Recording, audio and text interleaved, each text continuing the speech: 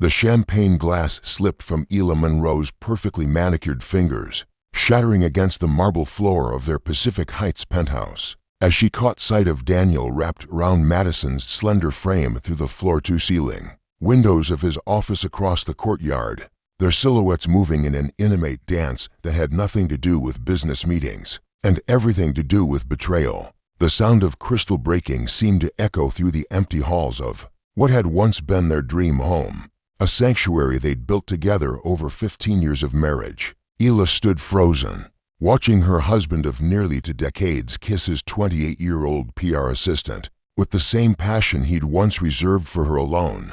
The irony wasn't lost on her. She'd been the one to hire Madison, impressed by her credentials and eager demeanor during the interview process. For months, Ela had noticed the subtle changes. Daniel's late nights had multiplied, his phone had gained a password, and their conversations had dwindled to logistics about social calendars and charity events. She'd attributed it to the stress of his latest venture capital deals, the pressure of managing a portfolio worth hundreds of millions.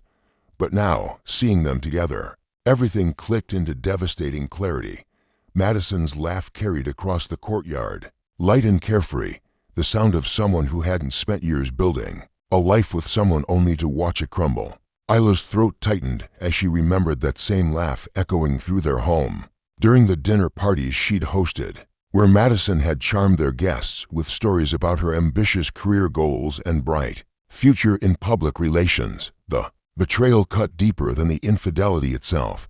It was the lies, the careful orchestration, the way Daniel had continued to kiss her goodbye each morning while planning his afternoons with another woman. It was the realization that while she'd been working tirelessly on her non-profit campaigns, believing they were building something meaningful together, he'd been building something entirely different with someone else. Ila's hands trembled as she pulled out her phone, her fingers hovering over Daniel's contact. Part of her wanted to call him immediately, to scream, to demand explanations.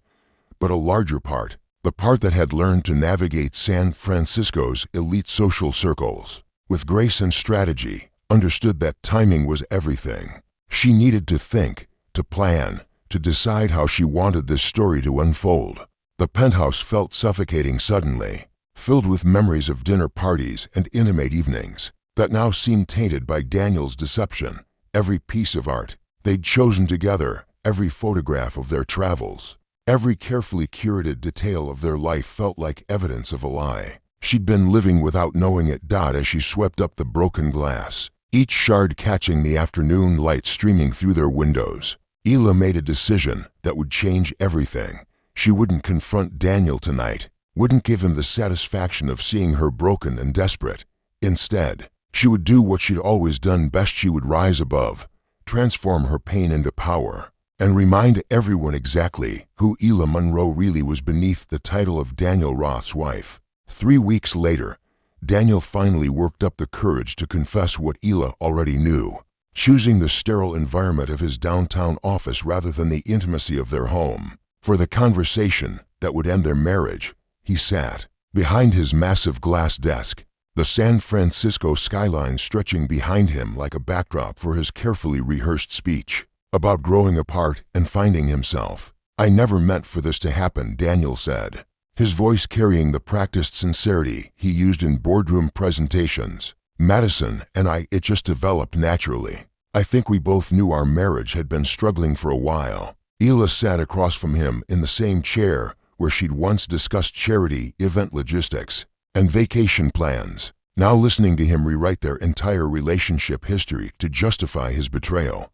She watched him fidget with his wedding ring, the platinum band she'd chosen for him during a romantic weekend in Napa Valley years ago when their future had seemed infinite and bright. Struggling, Ila's voice remained steady, though inside she felt like screaming. "I was under the impression we were working together on my foundation's global education initiative. I thought we were planning our trip to Italy for our anniversary."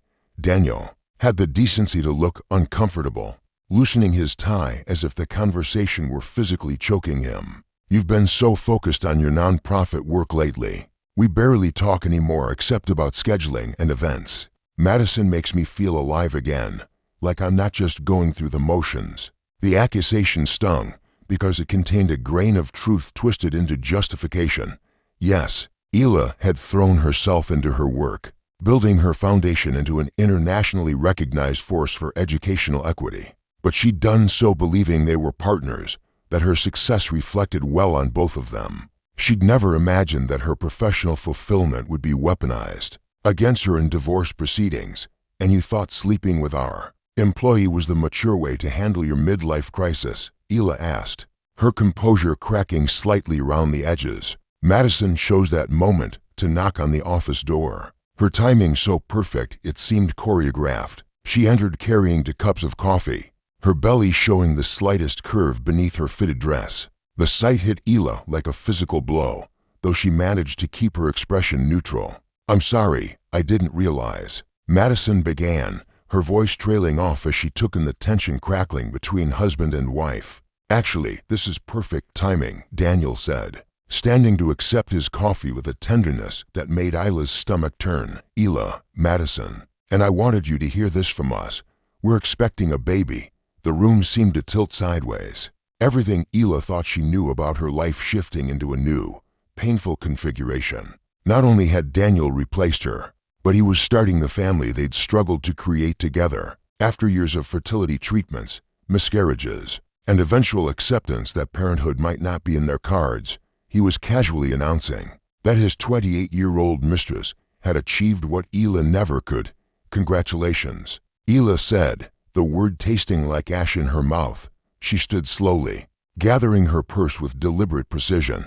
"I assume you'll want me to move out of the penthouse quickly to make room for your new family." "Ela, please," Daniel started, but she was already walking toward the door. "Have your lawyer contact mine," she said without turning around. "And Daniel, next time you want to destroy someone's life, maybe don't do it in the same building where half of San Francisco's social elite have offices. The walls have ears, and the rumors have already started." The divorce proceedings unfolded with the brutal efficiency of corporate warfare, played out in mahogany-paneled conference rooms where lawyers dissected 15 years of marriage. Like a failed business merger, Ela found herself reduced to line items in financial documents, her contributions to their shared life quantified in prenuptial agreements and asset divisions. That somehow made her feel smaller with each meeting. Daniel's legal team painted her as a socialite who had coasted on her husband's success, conveniently ignoring the fact that her foundation had raised over $50 million for educational initiatives worldwide. They questioned every expense, from her wardrobe budget to her charitable commitments, as if her very existence had been an unnecessary drain on Daniel's resources. Madison's pregnancy progressed visibly through the proceedings, her growing belly a constant reminder of the future Daniel had chosen over their shared past. The San Francisco Society pages, once filled with photos of Ela and Daniel at charity galas and cultural events, now featured pictures of the expectant couple at the same venues. Madison glowing in designer maternity wear while Daniel played the role of devoted father-to-be for the cameras. Ela retreated from public life entirely, declining invitations to events where she might encounter the couple or face the pitying looks of friends who had chosen sides. Her days blended together in the temporary apartment she'd rented in Nob Hill, a far cry from the penthouse's grandeur, but mercifully free from memories of her former life. The loneliness was suffocating. Friends she'd considered close revealed themselves to be more loyal to Daniel's social connections than to their decade-long friendships with her. Dinner parties she'd once hosted monthly stopped happening, her absence from the social calendar noted but not mourned. Even her work at the foundation felt hollow, as board members whispered about her personal troubles affecting her professional judgment. Dr. Sarah Chen, Ila's therapist, became her anchor during those dark months. In the safety of her office, overlooking Golden Gate Park, Ela finally allowed herself to grieve not just her marriage, but the version of herself she'd lost in the process. "You've spent so long being Daniel's wife that you've forgotten who Ela Monroe is on her own," Dr. Chen observed during one particularly difficult session. "This isn't just about rebuilding your life, it's about discovering who you are when you're not performing the role you thought you were supposed to play." The observation stung because it rang true. Ela realized she'd been curating herself. For so long the perfect wife, the gracious hostess, the successful philanthropist that she'd lost touch with her authentic desires and dreams. The woman who had once been a fierce fashion editor at Vogue, traveling the world and discovering emerging designers, had somehow disappeared into the shadows of charitable committees and corporate wives' luncheons. Slowly, tentatively, Ela began to reclaim pieces of herself she'd set aside during her marriage. She started writing again, not press releases for foundation events, but personal essays about loss and reinvention. She reconnected with her college roommate in New York, whose fashion consulting business had exploded into an international brand. She began taking long walks through the city, rediscovering neighborhoods she'd lived in but never truly explored. The financial settlement, when it finally came through, was generous enough to secure her independence indefinitely. Daniel's guilt had worked in her favor, his lawyers eager to close the chapter quietly, without additional negative publicity. But more valuable than the money was the space it gave her to breathe, to think, to plan who she wanted to become next. 8 months after the divorce was finalized, Ela stood in front of her bathroom mirror in her newly purchased Russian Hill townhouse, barely recognizing the woman staring back at her, the soft, accommodating wife who had bent herself into comfortable shapes. For Daniel's comfort had been replaced by someone sharper, more defined, radiating a confidence that came from surviving your worst fears and discovering you were stronger than you'd imagined. Her phone buzzed with a text from Maya, her college roommate turned fashion empire CEO, who had flown in from New York specifically to help with what they dubbed the Reinvention Project. The message was characteristically direct. Car will be there in 20. Trust me on this one. Babe, you're going to thank me. This turned out to be a private styling session with Elena Vasquez, whose client list read like a who's who of Hollywood A-listers and European royalty. Elena's Nob Hill atelier felt more like an art gallery than a traditional boutique, with carefully curated pieces displayed like sculptures against white walls flooded with natural light. Maya told me about your situation, Elena said without preamble, her Spanish accent lending authority to her words. Divorce is a death and a birth simultaneously. Tonight, we bury who you were and introduce who you're becoming. The red dress, that would later become legendary in San Francisco social circles, hung innocuously on a padded hanger, its deep crimson silk seeming to absorb and reflect light simultaneously. It had been custom-made for a European socialite who had changed her mind at the last minute, leaving Elena with a masterpiece and no one to wear it. This was meant for you, Elena declared, holding the dress against Ila's frame. Look, in the three-way mirror. Ela saw herself transformed. The dress skimmed her body like liquid fire, its cut accentuating curves she'd forgotten she possessed while maintaining an elegance that spoke of old money sophistication. Rather than desperate reinvention, it was a dress that demanded attention, without begging for it, confident without being confrontational. I have nowhere to wear something like this, Ela protested, though her fingers were already tracing the silk's exquisite drape. Maya and Elena exchanged knowing looks. About that, Maya said, producing an embossed invitation from her purse, the Innovators Gala. Tomorrow night. Daniel's keynote speech, Madison on his arm, all of San Francisco watching. Ila's stomach dropped. The gala had been circled on their social calendar for months before the divorce. One of the year's most prestigious events where Daniel served on the board of directors. She'd assumed she would spend the evening at home, with takeout and a bottle of wine, avoiding the social media posts and society page coverage that would inevitably follow. I can't, Ela whispered, the old fears rushing back. Everyone will be watching, waiting to see how pathetic the ex-wife looks, the gossip, the photos. Exactly, Elena said, her eyes sparkling with mischief. They'll be watching, so let's give them something worth seeing. That evening, Ela found herself in Elena's chair for 3 hours of meticulous preparation. Her hair, grown longer and healthier during her months of self-care, was swept into an elegant chignon that showcased her neck and shoulders. Her makeup was applied with surgical precision, dramatic enough to photograph beautifully, subtle enough to look effortless. But the real transformation happened when Maya revealed her masterstroke. Ethan Vale, the Oscar-nominated director whose latest film had premiered to critical acclaim at Cannes, would be escorting Hila to the gala. They'd met through mutual friends in New York, and when Maya had explained the situation, he'd agreed immediately. It's not about revenge, Maya explained as they put the finishing touches on Hila's look. It's about reclaiming your space in the world. You belong at that gala just as much as Daniel does, more. Actually, your foundation's work has probably helped more people than his venture capital deals ever will. The San Francisco Museum of Modern Art had been transformed into a glittering wonderland.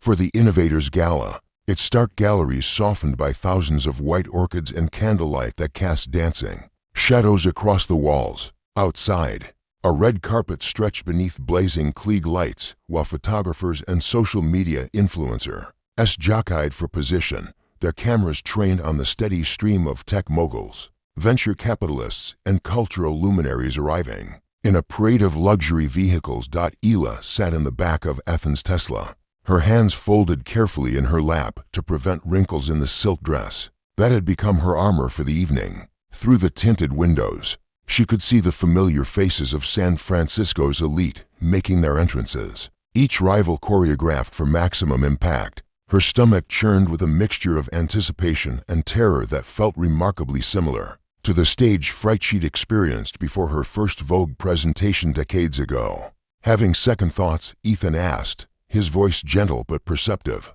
He'd been the perfect companion all evening, charming without being overwhelming, supportive without being condescending. His presence beside her felt like a shield against the emotional minefield waiting inside the museum.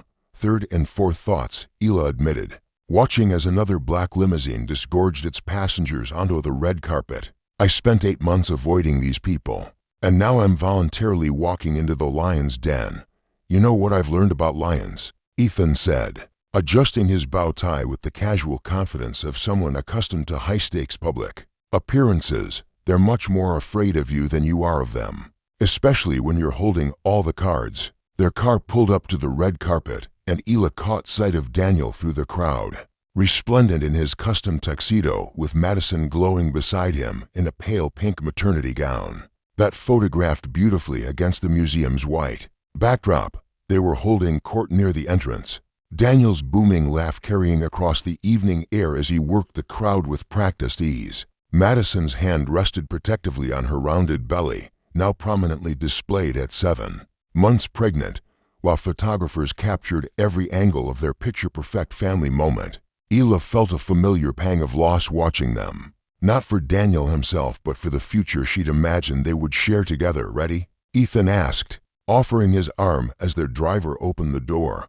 The moment Hila's crimson dress appeared in the doorway, a ripple of recognition passed through the crowd. Conversations paused mid-sentence as heads turned to identify the mystery woman in the showstopper gown.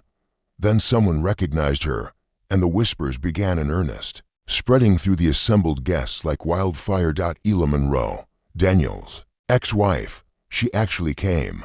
The photographers, initially focused on capturing arriving tech celebrities, suddenly swiveled their cameras toward Hila and Ethan. As they made their way down the red carpet, the dress moved like liquid fire under the lights, its deep red hue commanding attention without appearing desperate.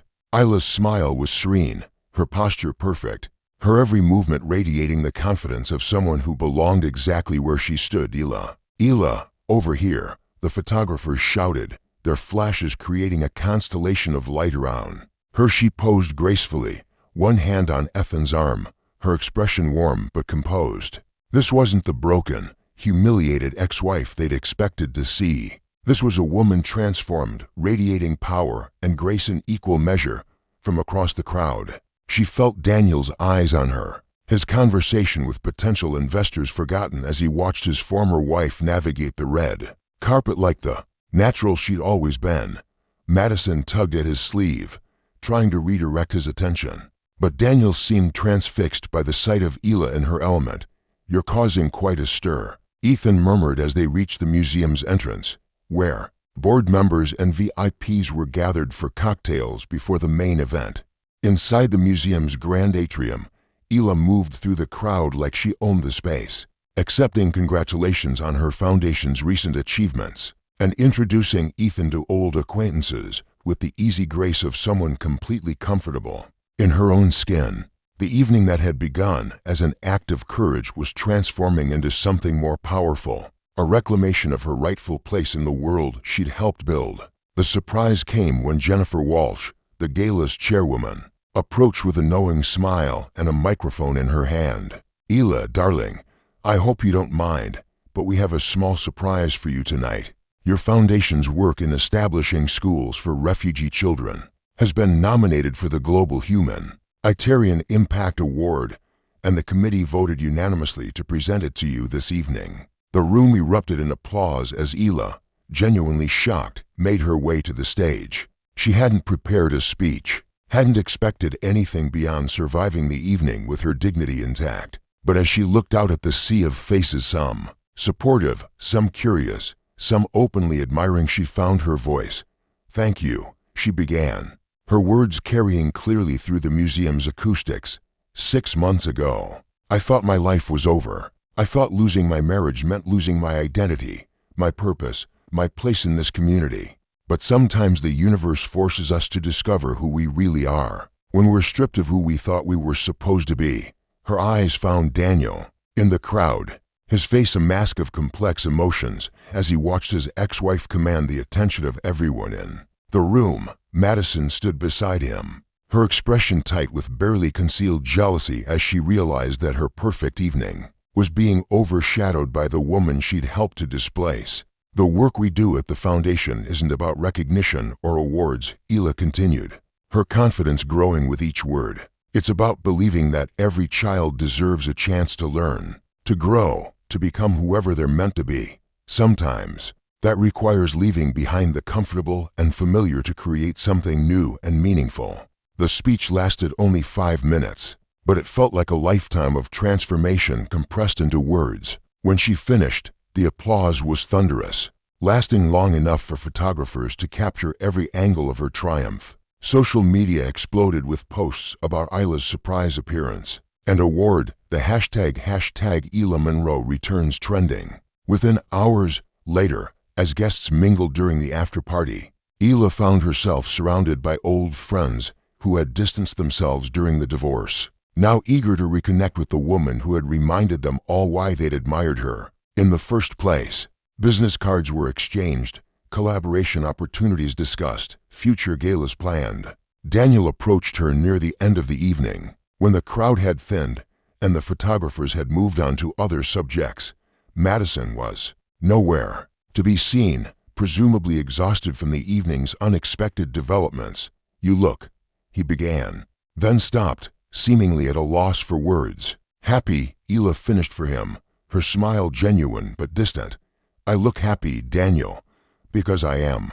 The next morning's society pages featured Ela prominently, the headlines reading "The Phoenix Rises, Ela Monroe's stunning return to San Francisco." Society, the photographs captured her radiance, her confidence, her complete transformation from scorned ex-wife to celebrated humanitarian. But perhaps the most telling moment came in a candid shot, taken as she left the gala, her hand in Ethan's, her face lifted toward the San Francisco sky as if breathing in her new life. The woman in the photograph looked nothing like the broken person who had watched her marriage crumble 8 months earlier. She looked like someone who had walked through fire and emerged stronger, wiser, and infinitely more herself. A question for you, after witnessing Ila's journey from devastation to triumph. Consider this: when someone betrays you and tries to diminish your worth, is the most powerful response to prove them wrong through success and grace? Or does true healing require letting go of the need to prove anything at all?